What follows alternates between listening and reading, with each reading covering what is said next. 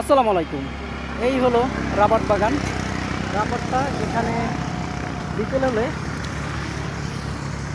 এই যে রাবারের হাড়ি, এটাই রস, যেরকম বলে খেজুর গাছের রসটি, খেজুর গাছ কাটে, এরকমের খেজুর গাছ কাটে।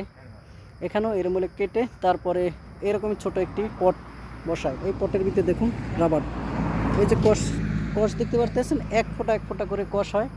কষ হলে তারপরে এগুলো দিয়ে মেশিনের সাহায্যে তারপরে রাবার তৈরি করা হয়। অনেকে বোঝে যে কেমন করে আসলে রাবার বাগানগুলো দেখুন, পুরো মেহমানগনি গাছের মতন। প্রতিটা গাছের গোড়ায় গোড়ায় হাড়ি পাতানো আছে। এক ফোঁটা করতে করতে সারা রাত্রও ধরেন 10 ফোঁটা রস পড়ে। ওই 10 ফোঁটা রস প্রতি গাছ থেকে হাড়িতে নিয়ে যায়। তারপরে নিয়ে এই যে দেখতে পাচ্ছেন, এই যে রাবার হয়ে গেছে অলরেডি। রাবারের মতন এই যে লম্বা হইতেছে।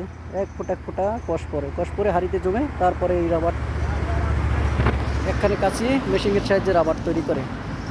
ওকে, সবাই ভালো থাকবেন, সুস্থ থাকবেন, আল্লাহ।